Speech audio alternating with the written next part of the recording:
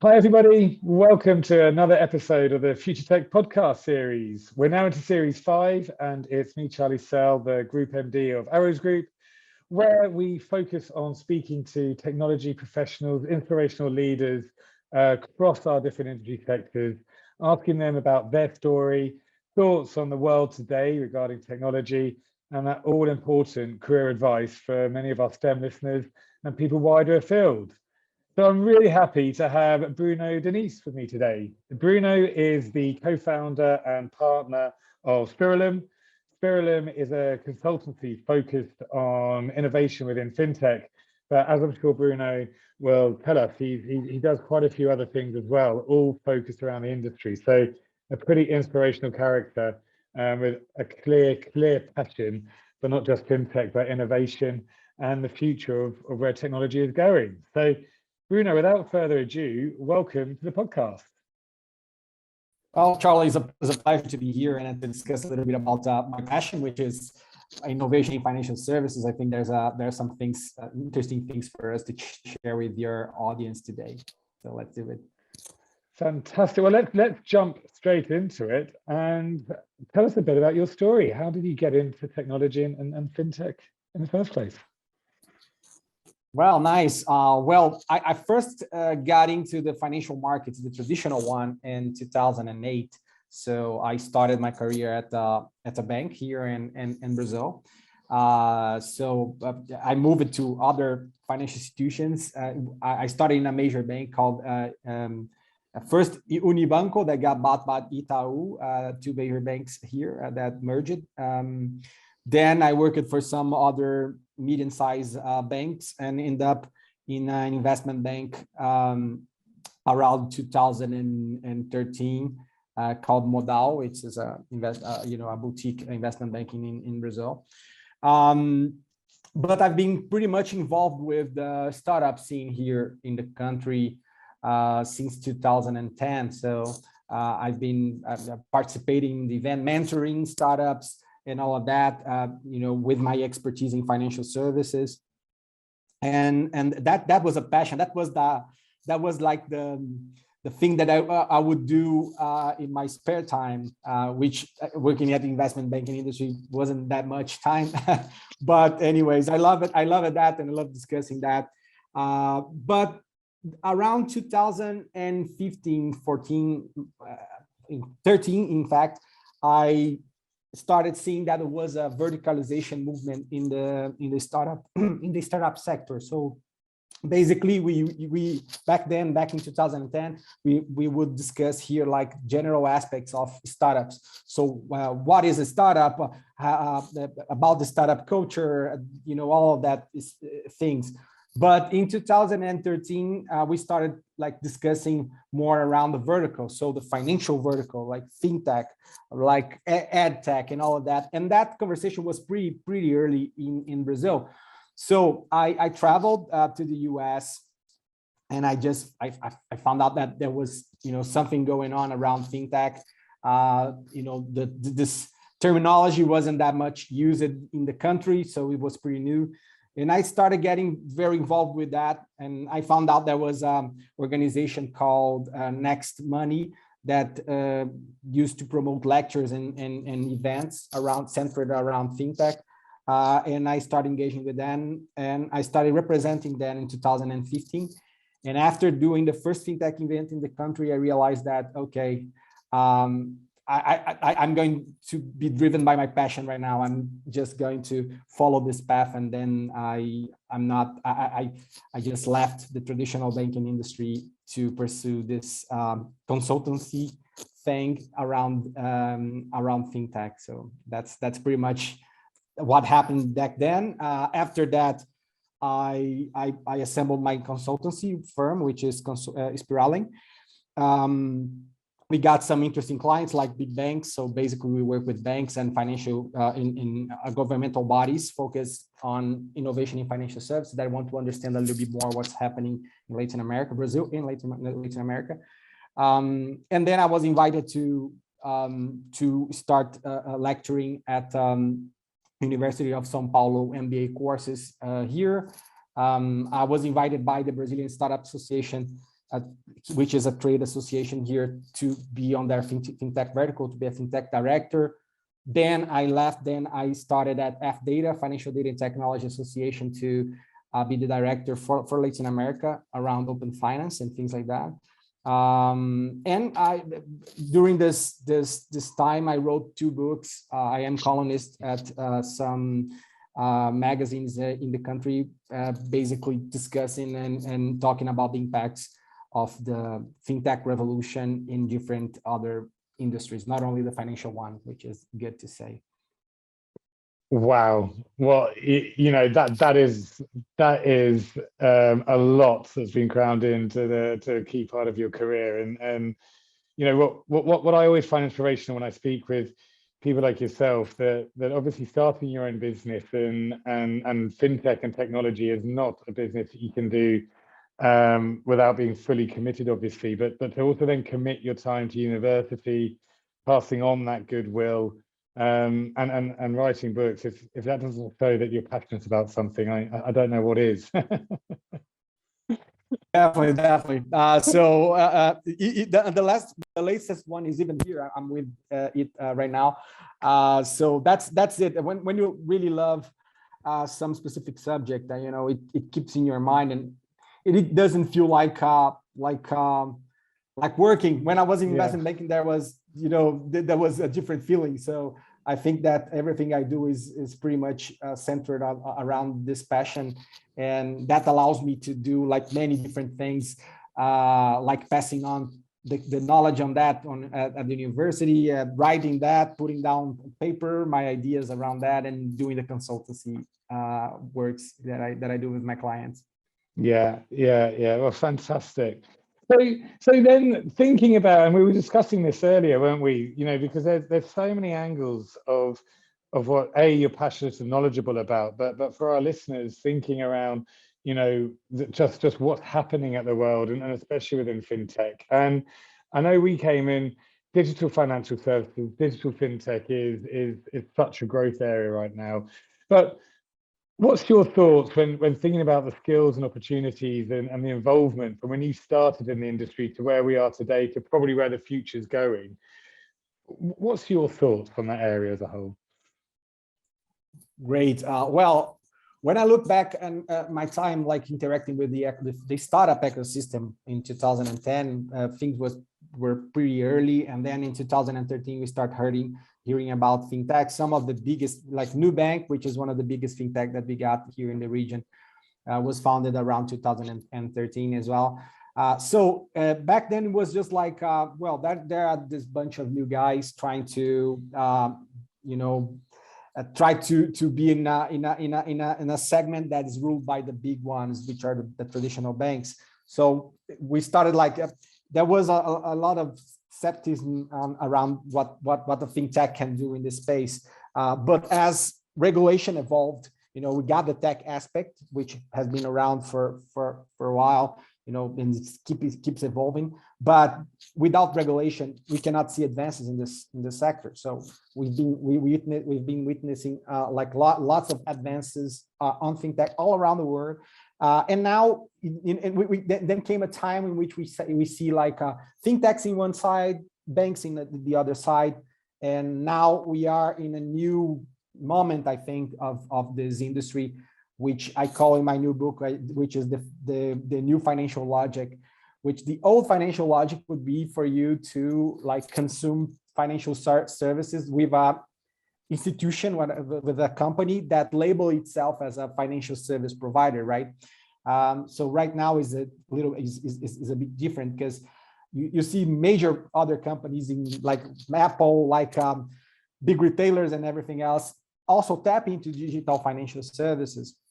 Now it's not only a matter of having FinTechs in one side and banks in the other side. We have all other companies which are potential FinTechs. So and that changed a lot. It changed a lot in from the point of view of the behavior of the consumer. It changes a lot in terms of opportunities of careers. So right now is not only centered around, okay, I want to work with something related to financial services. Okay, you can find like possibilities that are not only, you know, just the banks or the FinTechs.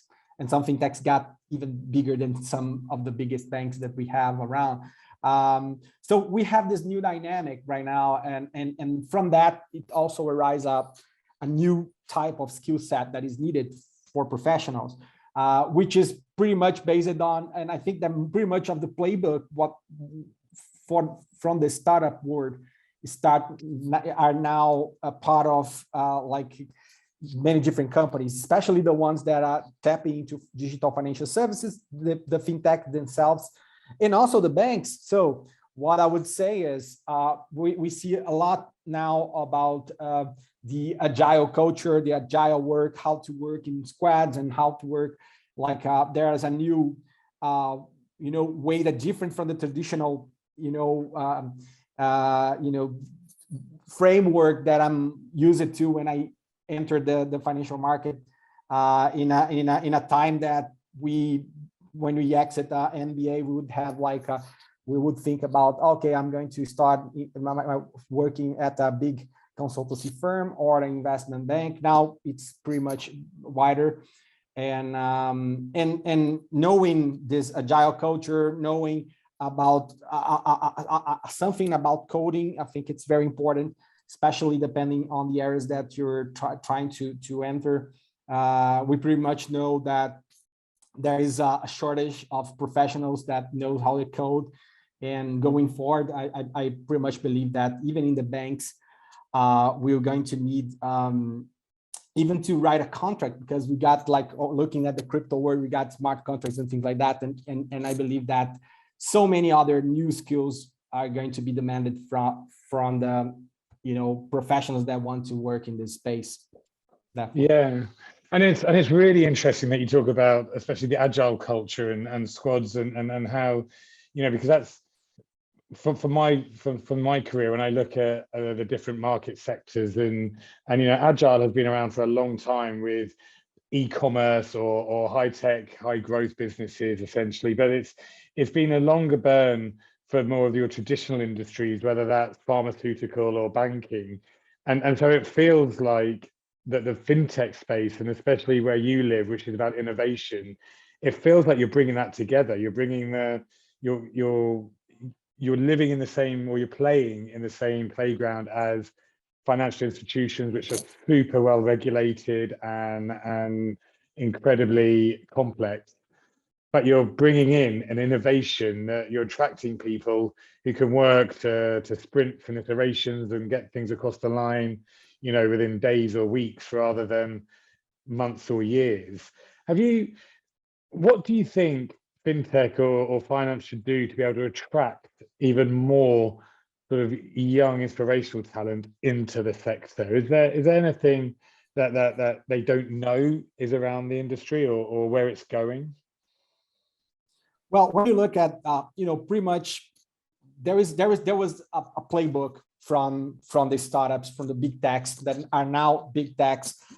They have implemented in the market, and I think that most of the candidates would look at that as an ideal, because I like a phrase that that there is a friend of mine from HR segment. They like to say that, okay, most of those companies like Google, it feels like Disney, but they're as fierce as investment bank, but they look like Disneyland. In fact, for you to you keep staying there because they have, okay, you can practically live here because you can have your time with your friends here. You can play ping pong. You can do so many things. But the thing is, as we dive into this new world, I think after COVID, and remote work is something that is not a taboo anymore. It's clear. I think that there's the traditional industry is adapting to that, and it's necessary, because otherwise it would be very hard to keep talent. If you say that, okay, we don't do anything like home officing or thing like that. If you say that to a developer, they would say, okay, thank you. I got so many other companies that got this possibility for me. So I think that the industry specifically the professionals, they're getting more aware of the possibilities, the opportunities, and the changes, and the companies that cannot adapt to all these different changes. I think that would be very, very hard for them to get the best and the brightest, because I think that they expect a lot of what you see. It's not only about money, but it's about flexibility. I think that in other times that wasn't something that a candidate would expect. It wasn't even like they couldn't even wish that, because it was something that, okay, the industry here got a rule and that's imposed to them. So right now I think that there are so many different angles, and I believe that much of this culture came from big techs and from what they put in the market. So that's what I think, and many of the fintechs are using those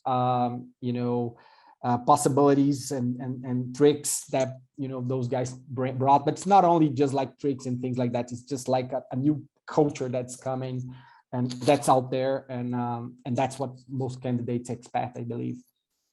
Yeah, and I totally agree with you. And I'm going to remember this quote then that you've said, that financial institutions are a blend, or fintech's a blend of Disneyland and financial institutions. And how do you keep people? I love that analogy. That resonates. So that's going to stick with me, I think, when I'm speaking to other clients and candidates. So look, moving on to the final part, which, you being such an inspirational person, seeing these companies and having that breadth of experience, what advice could you give our STEM listeners who are wanting to either get into the world of fintech or technology as a whole? What can they do to stand themselves apart? Well, I think that's pretty much driven by interest as well. I think that all the different industries right now are poised by there is technology on it. So if you look at any type of industry, but taking my example, for example, I pretty much believe that when I started, technology was something that I always loved, and the way that technology impacts and influence the lives of people, the way the companies work and things like that always attracted me. So that was a passion, and I pretty much believe that when you see the people, the professionals that are coming to the market right now, the new generation, I believe that they are living since the beginning in a tech world. So that's something. But I believe that you need to really dig into different information. I think there's plenty of information in the internet right now. There are plenty of courses that you can take even for free. I think that most people use all those possibilities that we have with tech only on social media. I think that there is not like good thing on social media, and there are lots of people trying to educate and like make things that are very complex, very easy and tangible for other people to consume it. But I would say that I don't see that much people like going after courses that are for free, even from the best universities, not only universities, but from other types of providers of training material, non-standard ones, even in YouTube. It's just about interest. If you're really interested in something, there are so many people out there. It used to be very hard pre-internet to get some very good contact. You need to pay a lot for that. And now I think that sometimes we take for granted that we have so many possibilities around us. And so if it resonates with your interest, I think it's important to go for it and try to look for the best content out there that is related to something that you love or you need for your career. Yeah, I think that's a great piece. Really, really good advice, because you're totally right. There's so many industries have now invested in technology that you can get the exposure to the latest technology in pretty much any industry. So it's got to be around actually having a genuine interest in the industry sector to really set yourself apart, I guess. And you know, people don't need to follow an industry now because if they're not interested, thinking that's the only place for technology. So even more so, you can follow your passion. I would say one thing more. I think that in the world that we live today, we live in into many distractions. There are so many distractions out there. I think for the new generation, I think one key aspect for you is to keep focused and to silent all these different noises that we see. We also know that many of the social medias, they have like a gamification process for you to like be ever, and when you see being like for hours into this reality. I think that when we are able to silence the noises of all those things, they're out there to try to capture our attention, and we can direct our focus on some things. We can find like treasures, hidden treasures in the internet, in the YouTube, in many different parts. So and with all of them being presented in a way that's very interesting, not only it's not boring, it's interesting, but you need to silence all of these noises in order to really go after that and find the resources that you need, and there are plenty of it. Again, a second really good piece of advice there. That gamification, even on the more old school social media, LinkedIn even has you hooked through the likes and the shares. So they just use it as how to beat the algorithms, but actually it's hooking you into wanting to be more visible. So that definitely resonates, even with people in the middle of their career like myself, let alone starting their career. So, Bruno, look, thank you. That time has flown away as always, and that's been such an interesting conversation. And what we were talking about during the middle, FinTech, the financial institutions coming together with innovation and the work that you're doing and the books that you've written. It's great to have someone like yourself on a podcast where people can actually look you up and see and read the stuff that you've done, as well as hear your story. So Bruno, thank you for being on the show.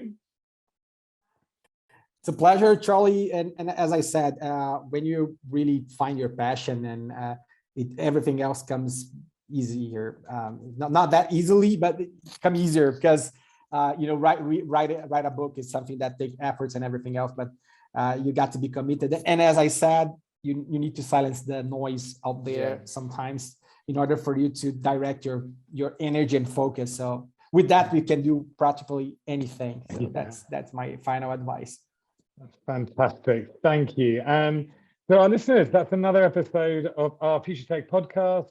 The podcast is on the Arrows Group webpage, arrowsgroup.com/podcast, as well as on the STEM, the career portals of the 37 universities we're partnered with, and our Spotify channel.